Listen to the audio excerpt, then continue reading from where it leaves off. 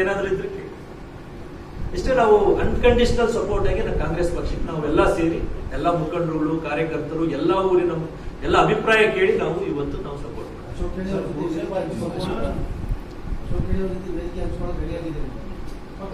ಪಕ್ಷ ಕರೆದ್ರೆ ಯಾವುದಕ್ಕೂ ತಯಾರಿದೆ. ಸರ್, ದಕ್ಷಿಣ ಕ್ಷೇತ್ರದಲ್ಲಿ ಕಾಂಗ್ರೆಸ್ ಪರವಾಗಿ ತಾವೇನೋ ರ್ಯಾಲಿಗಳ ಆಯೋಜನೆ ಏನಾದ್ರು ಮಾಡ್ತೀರಾ? ಹೇಗೆ ಸರ್ ಪ್ರಚಾರದ್ದು? ಮುಂದೆ ಪ್ಲಾನ್ ಮಾಡ್ತಾ ಇದ್ದಾರೆ. ಎಲ್ಲ ಮುಖಂಡರುಗಳ ಜೊತೆ ಕುಂತು ಯಾವ ತರ ಸಾಗರ್ ಖಂಡ್ರವ್ರಿಗೆ ಗೆಲ್ಸ್ಬೇಕು, ಯಾವ ತರ ಲೀಡ್ ತರಬೇಕು ಅಂತ ಹೇಳ್ಬಿಟ್ಟು ಎಲ್ಲ ಪ್ಲಾನ್ ಮಾಡಿ ಮಾಡ್ತೀವಿ. दूसरा पार्टी नहीं ऑफर मेरे को एक्चुअली मैं कांग्रेस पार्टी वाला हूँ, कांग्रेस पार्टी वाला हूँ, कांग्रेस पार्टी के लिए हम काम करते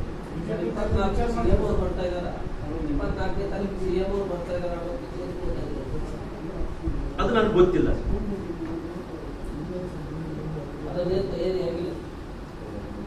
ಅದು ಇನ್ನ ನನಗೆ ಏನು ಮಾಹಿತಿ ಇಲ್ಲ.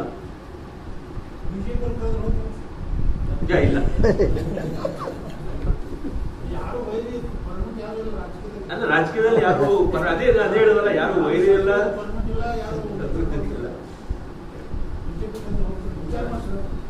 ಇಲ್ಲ, ನಾವು ಕಾಂಗ್ರೆಸ್ ಪಕ್ಷದವ್ರು ಇದೀವಿ. ಯಾಕಂದ್ರೆ ನಾವು ಹುಟ್ಟದಾಗಿಂದ ಕಾಂಗ್ರೆಸ್ ಪಕ್ಷದವ್ರು ಇದೀವಿ.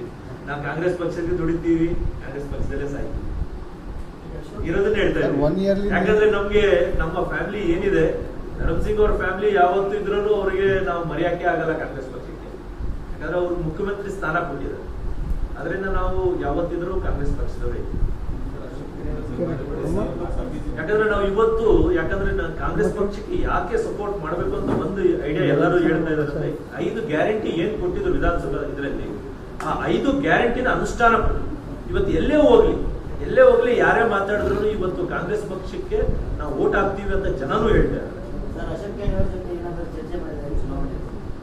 ಇಲ್ಲ, ಅವ್ರ ಜೊತೆ ನಾವೇನು ಚುನಾವಣೆ ಕ್ಯಾಂಡಿಡೇಟ್ ನಿಂತಿದ್ದಾರೆ, ಅವ್ರ ಜೊತೆ ನಾವು ಮಾಡಿ ಆತರ ಬಂದ್ರೆ ನಾವು ಮಾತಾಡೋದಕ್ಕೆ ನಾವು ತಯಾರಿ. ತಮ್ಮ ಕೆಲವೊಂದು ಕಾರ್ಯಕರ್ತರು ಮೊನ್ನೆ ಅಶೋಕ್ ಕಿಣಿಯವ್ರ ಮನೆಯಲ್ಲಿ ಕಾಂಗ್ರೆಸ್ ಪಕ್ಷ ಕೂಡ ಸೇರ್ಪಟ್ರು. ಅಂದ್ರೆ ಚುನಾವಣೆಯಲ್ಲಿ ತಮ್ಮ ಜೊತೆನೇ ಇದ್ದವರು ಈಗ ತಮ್ಮದೇ ಇರ್ತಕ್ಕಂಥ ಕಾರ್ಯಕರ್ತರು ಏನಾದ್ರು ತಮ್ಮನ್ನು ಬಿಟ್ಟು ಹೋಗುವ ಸಾಧ್ಯತೆ ಚುನಾವಣೆ